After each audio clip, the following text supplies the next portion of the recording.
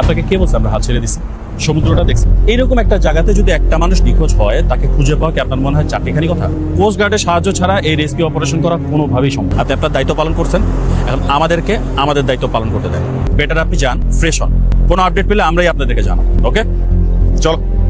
আপনার ক্যামেরাতে মেয়ের ছবিগুলো দেখছি। মেয়েটারে তো একটা ভালো ফ্যামিলি মেম্বার হইতেছে। এইরকম একটা মেয়ে যদি এরকম লম্বা সময় ধরে মিসিং থাকে, তাহলে তো থানায় কোনো একটা রিপোর্ট হওয়ার কথা ছিল। আমাদের থানাতে এখন পর্যন্ত কোনো রিপোর্টই আসে। আমার মনে হইতেছে কি জানেন, আপনি ব্যাপারটা নিয়ে একটু বেশি চিন্তা করতেছেন।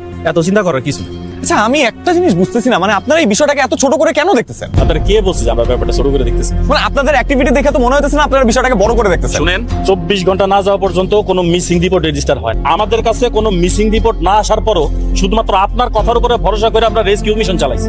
কোস্ট গার্ডকেও জানানো হয়েছে। তারপরও আপনার যদি মনে হয় যে আমরা কিছু করি নাই, তাহলে অবাক হওয়া ছাড়া আসলে কিছু করা। বাই দ্য ওয়ে, এটা আপনার কি হয়? মেয়েটা আমার কি হবে? কিছুই হয় না। কিছুই হয় না? তাহলে তো এখন আমার আপনার উপরে সন্দেহ হইতেছে। আমারও সন্দেহ হইতেছে মানে? আরে ভাই, আজকাল তো এটা কমন সি। আগে খুন করবো, তারপর থানায় যা সারেন্ডার করবো, আর নাহলে থানায় গিয়া নাটক করতে থাকবো। আপনার আমার এই দ্বিতীয় জনের মতো মনে হইতেছে। চল, এই যে শোনেন, 2 দিন পরে যখন মেল লাশ পানিতে ভাইসে উঠবে না, তখন কিন্তু প্রথম সন্দেহটা আপনার উপরেই যাবে। হ্যালো হ্যালো অভিষেক, এক্ষুনি থানায় আসেন। হ্যাঁ ভাই, আমি এখনই আসতেছি ভাই। আপনারা কি মেয়েটাকে পাইছেন? মানে জীবিত পাইছেন নাকি লাশ পাইছেন? আমি এত কথা বলেন কেন? আপনারা থানায় আসতে বলছি, আপনি থানায় আসেন। ও মাই গড, আপনি বেঁচে আছেন? আপনি কোনো আইডিয়া আছে আমি কত জায়গায় আপনারা খুঁজছি, কত মানুষকে ডিস্টার্ব করছেন, পুরো পাগলের মতো হয়ে যাইতেছিলাম, আপনারা খুঁজেই পাইতেছিলাম না। আমার ছবির ব্যাকগ্রাউন্ডে আপনি... আরে ভাই থামেন, আপনারা শুরুতেই বলছিলাম কোনো না কোনো একটা কনফিউশন আছে। আপনি তো আমার কোনো কথাই শোনেন। সরি ভাই, আমি আসলে ভাবছিলাম... আপনাকে কে বলছে আমাকে নিয়ে ভাবতে? আপনার কত বড় সাহস, আপনি আমার ছবি তুলে ফেসবুকে পোস্ট করেন, আবার লিখছেন আমি নাকি কালকে রাত থেকে নিখোঁজ। ভাই আপনি তো নিখোঁজই ছিলেন। কে বলছে আপনাকে আমি নিখোঁজ ছিলাম? আমি এসে বলছি আপনাকে আমি নিখোঁজ ছিলাম? না মানে আমি আপনি এক্ষুনি পোস্ট ডিলিট করেন। জি করে দেব। করে দেব মানে রাইট নাও করেন। আপনাদের যে শুধু পোস্টার ডিলিট করে ছেড়ে দিছে, এতে আপনার সৌভাগ্য। জানেন উনি কে? আমাদের ডিসি সাহেবের। তোমাকে তো ঠিক চিনতে পারলাম না। জি স্যার, আমি আরে আসলে... আপনি এখানে কি করেন? এই চিনিস নাকি? আরে উনি তো আপুকে নিয়ে ফেসবুকে কি সব... আমি বলছি আসলে স্যার, গতকালকে যে ঘটনাটা ঘটেছে একদম কমপ্লিট মিসআন্ডারস্ট্যান্ডিং। আমি ওটা ক্লিয়ার করার জন্য আপনার সাথে দেখা করতে এসেছি। প্লাস আমি একটু ওনাকে সরি বলতে চাই। আপনার কোনো কিছু ক্লিয়ার করা লাগবে না। আপু যদি নেক্সট টাইম আপনাকে দেখে, তাহলে আপনার যে কি খবর করবে আপনি জানেন তো? এইভাবে কথা বলছিস কেন? একজন গেস্ট মানুষ, তার সামনে এইভাবে কথা বলে নাকি? বাবা তুমি কাকে কেস বলতেছো? তুমি জানো উনি কি করছে? আমি জানি, আমি সব জানি। তোমাদের কি ধারণা সরকার আমাকে এমনি এমনি বেতন দেয়? আমি সব জানি। যাও রাইসাকে ডেকে দাও, যাও। হ্যাঁ হ্যাঁ, দেখ তোর সঙ্গে কি দেখা করতে এসছি, দেখ। আসসালামু আলাইকুম। উনি এখানে? আপু উনি এখানে কি করেন? হয়তো রাগ করছিস কেন? এই ছেলেটা একটু ভুল করে ফেলেছে, তোর কাছেও যেন ক্ষমা চাইতে এসছি। সে যে একটা ভুল করেছে সেটা সে এখানে এসে না বললেও আমরা জানি যে সে ভুল করেছে। আর এখানে তো ক্ষমা চাওয়ার কি আছে? মানুষ মাত্র ভুল হতেই পারে। আরে তুই একটু শান্ত হয়ে বস না এখানে। ওর গল্পটা শোন, গল্পটা খুব ইন্টারেস্টিং, মানে এমন ইন্টারেস্টিং যে আমি এখন তো হাসি থামাতেই পারছি না। আপু তোমার যদি শুনতে ইচ্ছে করে তাহলে তুমি মনোযোগ দিয়ে ওনার গল্প শোনো, আমার কোনো প্রবলেম নেই। কিন্তু আমার ওনার এসব ইন্টারেস্টিং গল্প শোনার একদমই ইচ্ছে নেই, আমার একদমই হাসি পাবে না। প্রত্যেকটা মানুষের ভেতর কষ্টগুলো জমতে জমতে একটা সময় সেই কষ্টগুলো পাথর হয়ে যায়।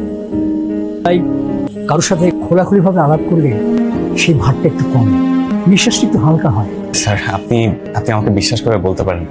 আমি তোমাকে বিশ্বাস করেছি বলেই তো আমার মতো একজন ডিস্ট্রিক্ট কমিশনারের সামনে তুমি বিনা অ্যাপয়েন্টমেন্টে এতক্ষণ দাঁড়িয়ে আছো। জি sir, thank you so much.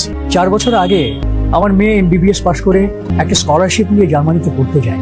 তারপর সেখানে একটা ছেলের সঙ্গে তার পরিচয় হয়। কিছুদিনের মধ্যে ওরা দুজনকে পছন্দ করে। ছেলের ফ্যামিলির লোকজনও আমার মেয়েটাকে পছন্দ করে। যেহেতু ফ্যামিলি ব্যাকগ্রাউন্ডটা ভালো, সেই জন্য আমি বিনা দ্বিধায় রাজি হয়ে গিয়েছিলাম। কিন্তু কি স্যার? যে কথায় বলে না, সব সুন্দরের ভেতর থেকেই যে সুবাস বেরিয়ে আসবে এমন ভাবাটা উচিত না। কিছু কিছু সৌন্দর্যের ভেতর থেকেও কিন্তু দুর্গন্ধ ছড়ায়। বিয়ের 1 মাস আগে আমার মেয়ে জানতে পারে he has been involve with so many girls. তারপর আমার মেয়েটা আমার কাছে ফিরে আসে, আর এখন তো দেখতেই পাচ্ছ। এখানে বসে কি করতেছিস? আয়না পানিতে একটু পা ভিজা। অনেক যা, আমার এখানে বসে থাকতে ভালো লাগছে। যা, পানিতে একটু পা ভিজাই দেখ, অনেক ভালো লাগে। আমার এখানে বসে থাকতে ভালো লাগছে। মাঝে মাঝে নিজের ভালো লাগার চেয়ে অন্যের ভালো লাগাকে প্রাধান্য দেওয়া উচিত। তার খুশি দেখে নিজের খুশিটা দ্বিগুণ বেড়ে যায়। আরে আপনি কখন এলেন? এই তো ঘুরতে বেরিয়েছিলাম, তোমাদেরকে দূর থেকে দেখলাম, ভাবলাম হাই বলে যাই। ভালোই করেছেন। আপনার হাই হ্যালো শেষ হয়েছে? জি শেষ। তাহলে এখন আপনি যেতে পারেন। আপনি কি সবসময় এরকম রোবটের মতো কথা বলেন? জি, পৃথিবীর একমাত্র মাটি তৈরির robot, auto manufacturing. Sorry I just took the flight and came here. আমি তোমাকে ছাড়া থাকতে পারতেছিলাম না। I know I did wrong. I wasn't fair with you. That wasn't me. You know me, right?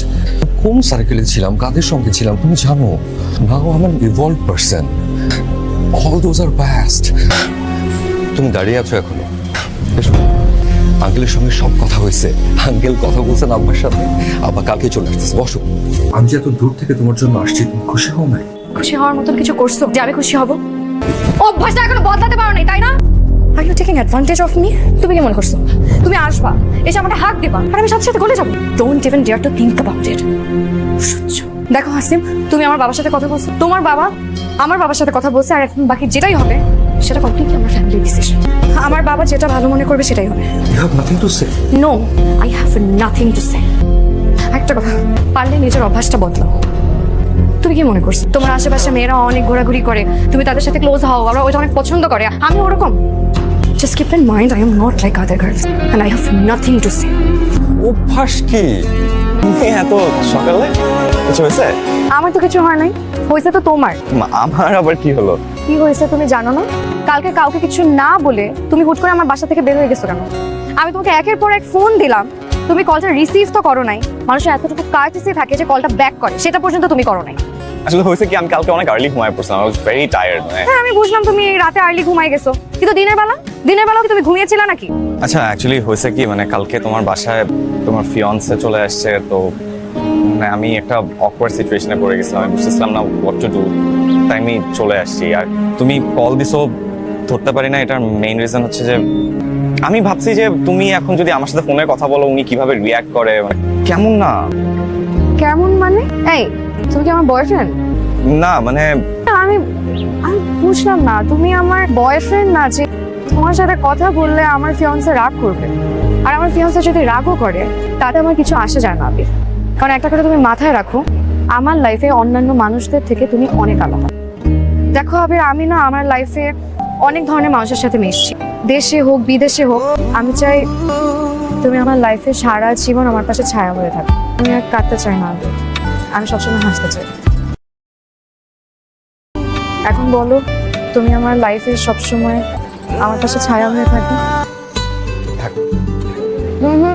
এইভাবে বললে তো হবে না, প্রমিস করে বলতে হবে যে আমি তোমার লাইফে সবসময় ছায়া হয়ে পাশে থাকবো। বলো। প্রমিস।